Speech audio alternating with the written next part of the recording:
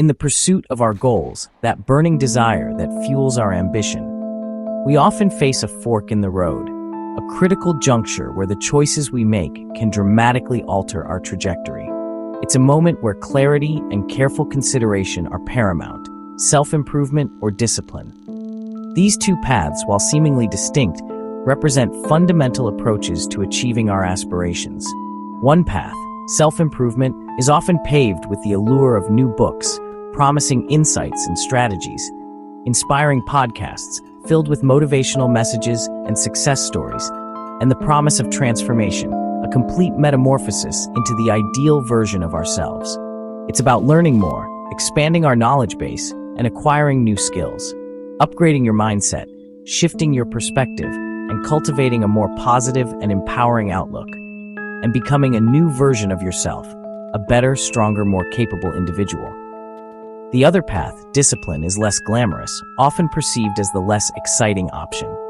Quiet, demanding, and built on small, consistent actions, repeated day after day.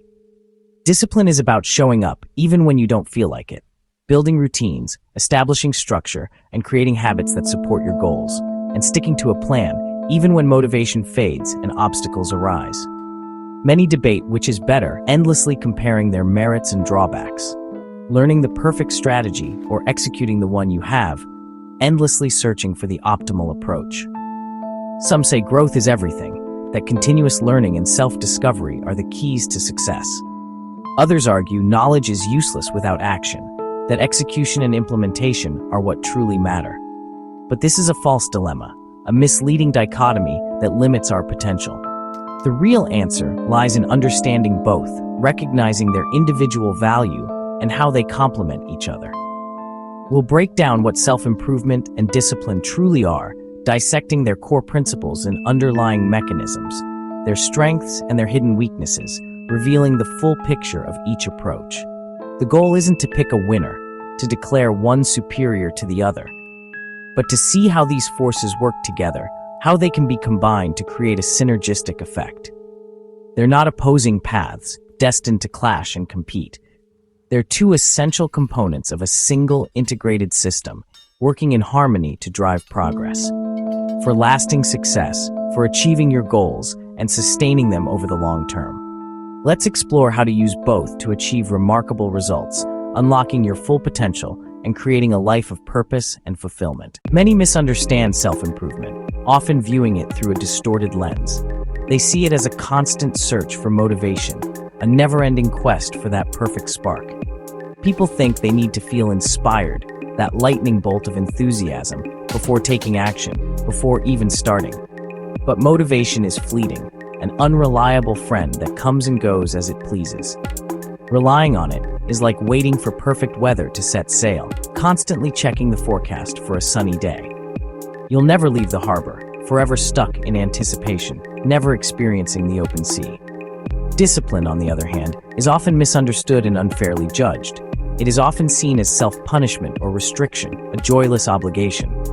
It conjures images of rigid rules, inflexible schedules, and a life devoid of spontaneity.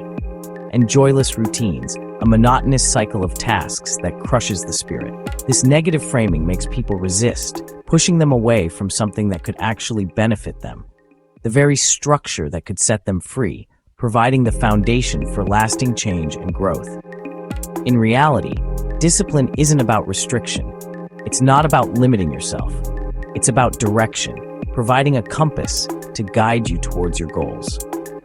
Another trap, productive procrastination, the illusion of progress. You can spend months learning about success, consuming endless amounts of information, without ever taking action, remaining stuck in the planning phase, never launching. Knowledge without application is just potential, not progress. It's a library of unused tools. Discipline is also misunderstood as pure willpower, a constant battle against your own desires.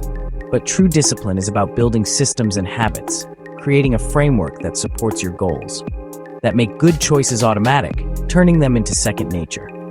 It's not about heroic effort, relying on sheer force of will to overcome every obstacle, but about designing your environment for success, setting the stage for positive outcomes. Both self-improvement and discipline are skills you build, abilities that are honed over time. Not traits you're born with. They are not inherent qualities, but rather cultivated strengths. Understanding these misconceptions, recognizing the common pitfalls, is the first step to using both effectively, paving the way for a more fulfilling and successful journey. Let's clarify our terms, as understanding them is the first step towards mastering them. We often hear these words thrown around, but what do they truly mean in the context of personal growth? Self-improvement is expanding your capabilities. It's about pushing the boundaries of what you're currently able to do, learning new skills, whether it's coding, playing an instrument, or mastering a new language.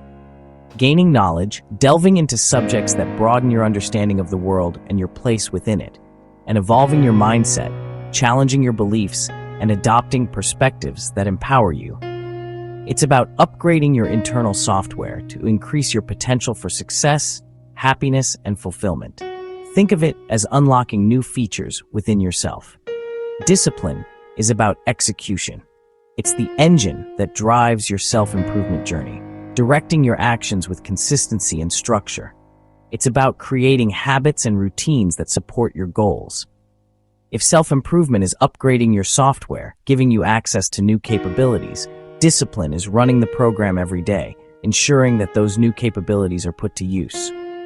Self-improvement asks, who do I need to become? It's a question of identity and aspiration. It's focused on your identity and skill set, on shaping yourself into the person you envision. Discipline asks, what do I need to do? It's a question of action and implementation.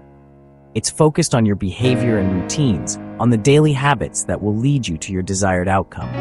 For example, a writer focused on self-improvement, seeking to hone their craft, studies storytelling and takes workshops, learning the techniques and principles of effective writing.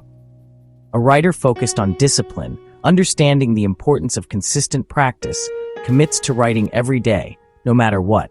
Even if it's just for a few minutes, the habit is maintained. Self-improvement is internal growth. It's the unseen development of your potential.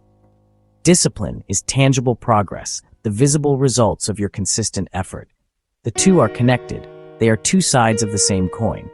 Self-improvement builds potential, increasing your capacity for achievement. Discipline turns it into results, transforming that potential into reality. Discipline is the bridge between your goals and their accomplishment. It's the pathway that leads you from where you are to where you want to be. Both are necessary for real-world achievement. You need both the potential and the drive to succeed. Let's see how each fuels progress and how you can harness their power in your own life. Self-improvement lets you solve problems at a higher level. As you learn and grow, challenges that once seemed impossible become manageable. Investing in self-improvement means working smarter, not just harder. It's the engine of innovation and adaptation, essential in a world that's always changing. For example, a software developer who keeps learning new languages stays relevant and leads the industry.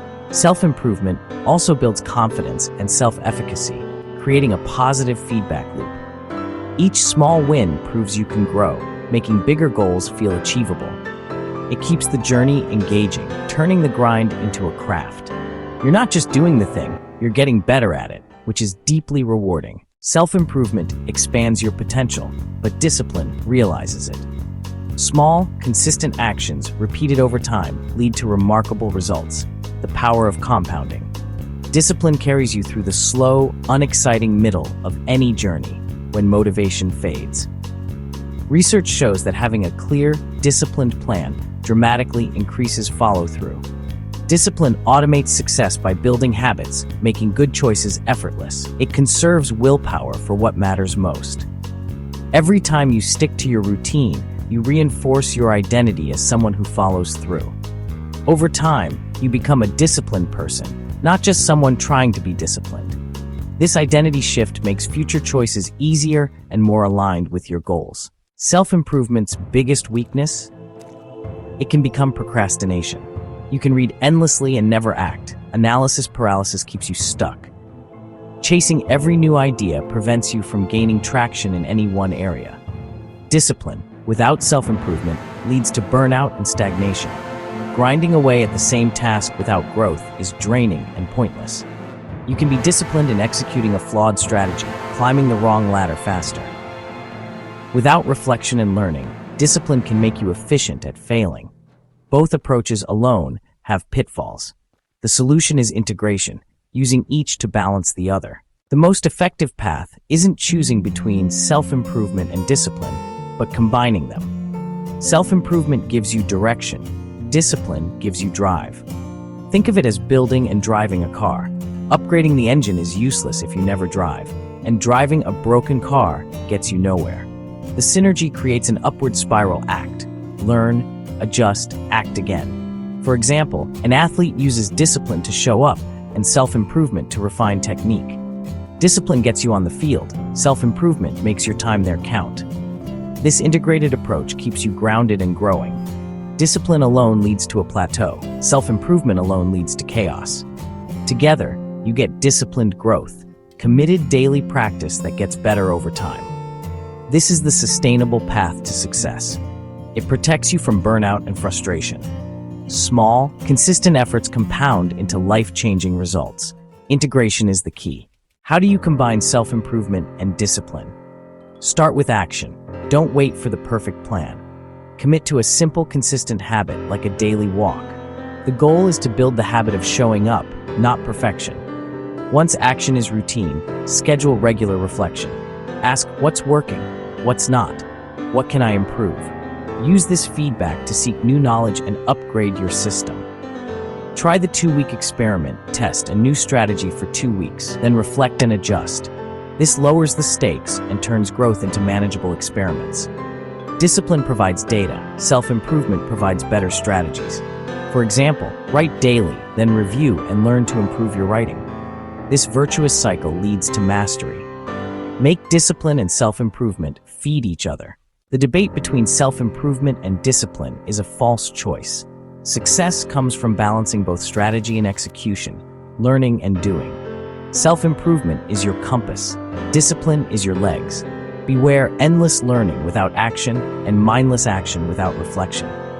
Strive for dynamic balance, periods of focus, followed by reflection and adjustment. One without the other is incomplete. Together, they create a sustainable system for growth. This balance is a skill that improves with practice. Some weeks require more discipline, others more learning. The goal is not perfect balance every day, but steady progress over time. Your potential isn't fixed, your abilities can grow.